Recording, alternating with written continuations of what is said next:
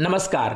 दबंग ग्राम प्रधान ने दिन दहाड़े पीड़ित के घर पर बुलडोजर चलवा दिया, पक्के मकान को धराशायी करा दिया। अब न्याय के लिए पीड़ित भटक रहा है। बस्ती जनपद के कुदरा बाजार स्थित पुलिस चौकी से महज 200 मीटर की दूरी पर दबंग ग्राम प्रधान ने दिन दहाड़े पक्के मकान को बुलडोजर से नेस्तनाबूद करा दिया।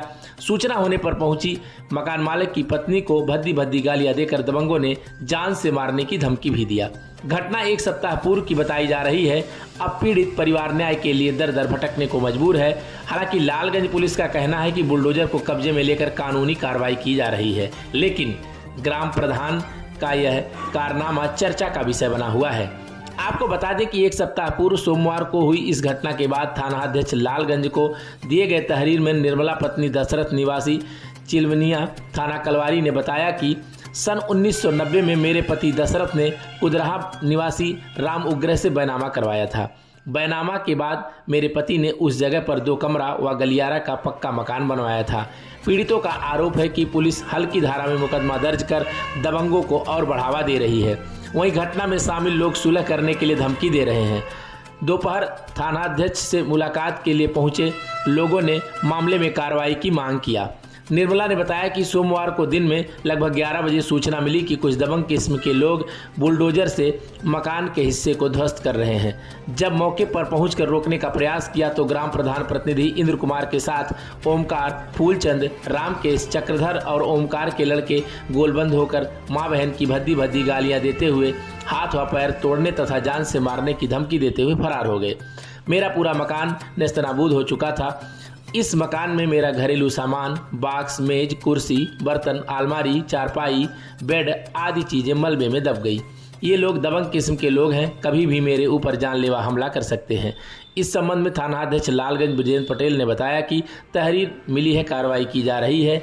एविडेंस मिलने पर धाराएं बढ़ाई जाएंगी। हम अपने पति को लेकर अस्पताल में जूझ रही थी। इन्होंने हमारा मकान खाली देखा, एसीबी लगा के हमारा मकान तोड़ दिया इन लोगों ने, और हमने घर से बेघर कर दिया। हमारे पास बच्चे हैं, छोटे छोटे, हम सड़क पर रहने के लिए मजबूर हैं। हमने कौन लोगों ने घर तोड़ा?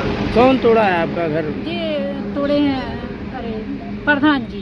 प्रधान जी तोड़े हैं। क्या नाम है? इंद्र कुमार। कितने साल पहले आप लोगों ने घर का निर्माण कराया था? 30 साल पहले आपने बैनामा कराया था। प्रधान का इससे पहले भी कुछ आपके ऊपर दबाव पड़ा था या क्या? गिरवाया था जबरन। क्या उनसे आपने बात किया था? हाँ, बात की थी, मीठे मीठे बोल के हम लोगों के।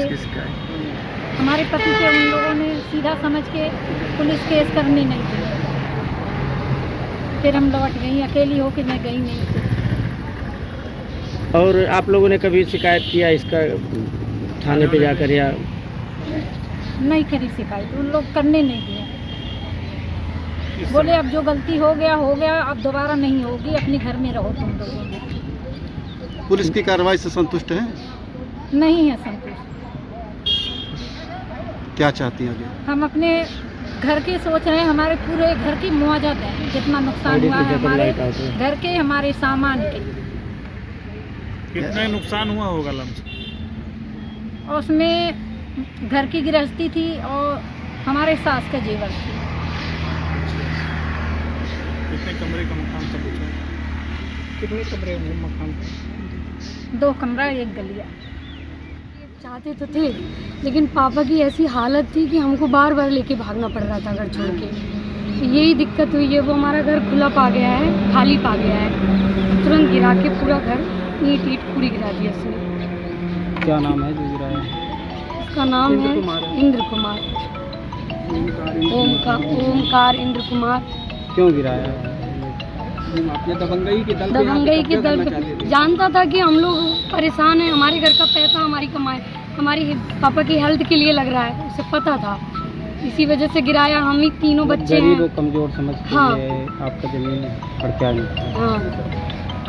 तो आप क्या मांग करना चाह रहे हैं? यही मांग करना चाहते हैं, हमको न्याय चाहिए। हमारा घर तोड़ा है, हमारा घर बनवा के दे, नहीं तो हम कहाँ रहेंगे? रोड पे रहें क्या? कैसे रहें अब हम? ऐसे कैसे गवर्नमेंट के होते हमारा घर कोई गिरा सकता है? ऐसे कहाँ से हो रही है गवर्नमेंट? बगल में 200 मीटर पे चौकी है सर, उनको भी नहीं पता। 200 मीटर पे सब लोग हैं सर। शिकायत आप लोगों ने कहीं किया कि नहीं? सर उस दिन चौकी इंचार्ज छुट्टी पे थे सर। शिकायत भी किए हैं, सब कुछ कर रहे थे। और सर जिसकी 3 दिन से FIR हुई है। जिसकी सर JCB थी सर, वो कार रोक के 2-3 गुंडों को बुला के मारने के लिए हमें बोल रहा और जो धारा लगाए हैं वो संतुष्ट नहीं है। इतना बड़ा कांड किया है, छोटी मोटी धारा लगा के छोड़े हैं। घर गिराने से पहले कुछ नहीं बोला है। हमारे घर में रोना पिटना पड़ गया था। पापा की आवाज़ वगैरह सब बंद हो गई थी। रो रो के सब लोग वहीं से आगरा में, मैं पापा को लेके वहीं हॉस्पिटल में ही थी। बजाजा कमेटी नाम की एक वो है, डायलिसिस सेंटर है, बहुत बड़ी आगरा में, सब जगह चल रही है। वहाँ के भी डॉक्टरों ने इनको तुरंत इंजेक्शन वगैरह लगा के बेहोश किया ताकि इनको सोच ना पड़े। इतना बुरा हाल हुआ हमारे परिवार का। हमको रोड पे खींच के ले आया एक झटके में। रोड पे भटक रहे हैं, वो लोग अपने घर में ऐश कर रहे हैं, मजे से घूम रहे हैं सर गांव में। उसका पैर फ्रैक्चर हो गया, उसको हमने बोला कि भाई उसने हमारा घर तोड़ दिया और वो आराम से घर में बैठा हुआ है, आराम से घूम रहे हैं सर। हमको रोड पे फेंक के। नहीं पड़ रहा है। और हम कमजोर हैं, हमें पता है। हम तो एक तो बच्चे हैं, हम पहले ही कमजोर थे।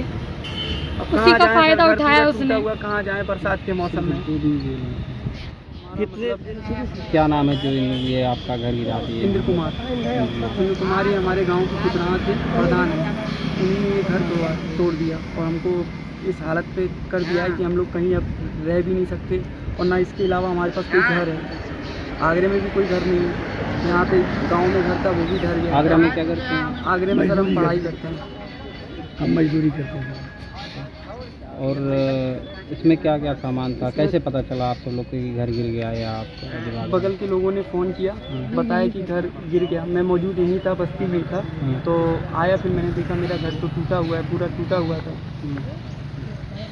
उस दिन भी मीडिया आई थी। मैं अपने पास रखा था 10 लाख रुपया लालजी पाल तेनुआ से कर्ज लिया था। तो इंद्र कुमार प्रधान जी ने कहा कि हमें कुछ बालू वालू वाला काम करना है, तो हफ्ता 15 दिन के लिए पैसा मुझे दे दीजिए। और उन्होंने रामचंद्र चौधरी के खाते में पैसा डलवा दिया, और 2-2.5 साल हो रहा हिला हवाली कर रहे हैं। और दबंग आदमी है, हम साधारण आदमी हैं, बार बार मांगने पर भी नहीं मिल रहा मेरा पैसा खाते में। हम क्या करें? कितना पैसा? 15 लाख रुपया था। तो खाते में गया? हाँ, उन्होंने रामचंद्र जी के खाते में डलवाया था, तो रामचंद्र जी के खाते में डाला था। मेरे पास स्टेटमेंट भी है। यहाँ तक प्रधान का दहशत है कि आप जिस जगह पे खड़े हैं यही लोगों की ज़मीनें भी गिराई गई, क्या उसमें आपको जानकारी है? दबंग आदमी है, जेसीबी द्वारा जो ये मकान पूरा ध्वस्त कर दिए।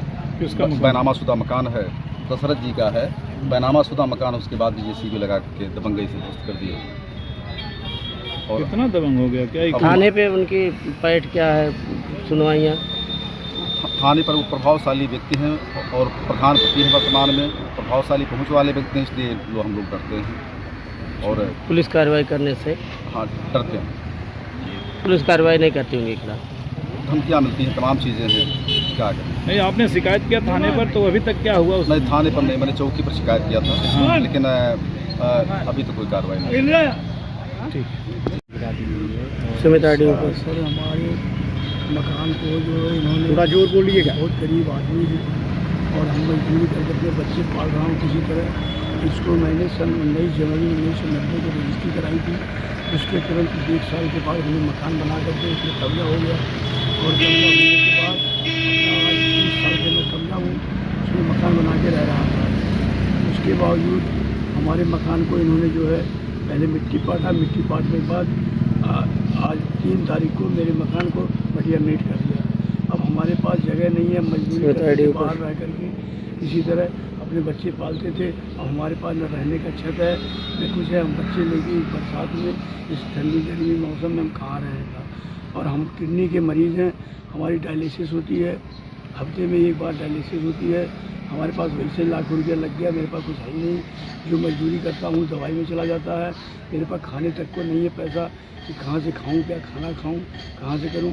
और इन्होंने हमारे मकान को गिराने से पहले न कोई नोटिस दिया, न कोई सुविधा दी, न कोई बताया, न कुछ किया, और मकान को हमारे मटिया मेट करके ख़त्म कर दिया और पीछे JCB लगा करके ख़त्म कर दिया। किस मकसद से ये आपका ज़मीन कब्जा करना चाह रहे हैं? इस मकसद से ज़मीन करना चाहते हैं कि हमारी ज़मीन जो है आगे जो है 22 फुट और 62 फुट इतना हमने पूरा एक इस वक्त पोख्ता कब्जा ले लिया हूँ। उसमें मैंने मकान बना लिया। मकान बनाने के बाद उसको कह रहे, उसको इनके दिल में हो गया, इनके पीछे ज़मीन है, उनकी काफ़ी ज़मीन है, तो ये हमारे पीछे कितने बीघा ज़मीन की ज़मीन है? जाने के लिए यहाँ तो बांस थी, तो लगभग 2 बीघा होगा। ठीक है। जब ये मिट्टी पटा रहे थे तब आप कहाँ थे? आपने तब किसी हम आ शिकायत करके लिखित किए थे आप थाने उसके पे आके? आए थे, तो उसके बाद हम उनके डायरेक्ट उनके घर पे गए और उनसे हमने कहा कि भाई हमारी मिट्टी क्यों पटवा रहे हो, हम गरीब आदमी, हमारे पास कोई सुविधा नहीं है, रहने की जगह नहीं है, जो कुछ बची खुची यही ज़मीन है मतलब। तो उन्होंने कहा अब नहीं, तुम्हारा इससे तुम्हारी ज़मीन पक्की है, अब हम तुम्हारी ज़मीन नहीं जाएंगे। हम विश्वास करके, हमारी तबीयत ख़राब बहुत हो गई, हम चले गए डायलिसिस कराने शहर में, और डायलिसिस कराने गए उसी बीच में इन्होंने हमारे ज़मीन कहाँ चले गए? आगरा चले गए। आगरा में रहते हैं? आगरा में डॉक्टर है, डॉक्टर बरतुल गुप्ता। क्या नाम है आपका? हमारा नाम दशरथ और बरतुल। जब ये मकान गिरा तो इसमें कोई था कि नहीं? इसमें मकान में कोई नहीं था। मकान में क्या क्या था आपका मकान सामान? में गृहस्थी का सामान था, और मैं क्यों झूठ बोलूँ, कोई और सामान नहीं था। गृहस्थी का सामान था, कुछ वो अलमारी ऊपर बनी थी, उसमें कुछ गुप्त रूप के जेवर रखे हुए थे, बस और कुछ नहीं। हम आते रहेंगे, जाते रहेंगे, आते रहते जाते रहते थे। जब खोला, अपना गेट खोलते, ताला बंद था, हमारा ताला चाबी लगा हुआ था, ताला चाबी लगा करके आते थे, खोल करके अपने परिवार के साथ रात को बिताया, गुजर किया, फिर अपना चले जाते थे। हम तो मतलब इसी तरह था कि हम एक घर अपना बना लिया हूँ रोड पे, तो जब रहूँगा तो हमारे बच्चे 5 बच्चे हैं, और सब बच्चे बड़े बड़े हो गए हैं, बच्चों की शादी करने के लिए भी पैसा नहीं है, और घर बनाने की बातें दूर तक सोचने की बात तक नहीं है मेरे पास। मेरी बहुत समस्या है, बहुत है स्थिति में। अगर मैं ज़्यादातर दवाई अगर सोचता भी हूँ ज़्यादा मैं, तो मेरी किडनी खराब है, मैं हार्ट अटैक होकर मैं मर भी सकता हूँ, मेरा जान भी जा सकता है।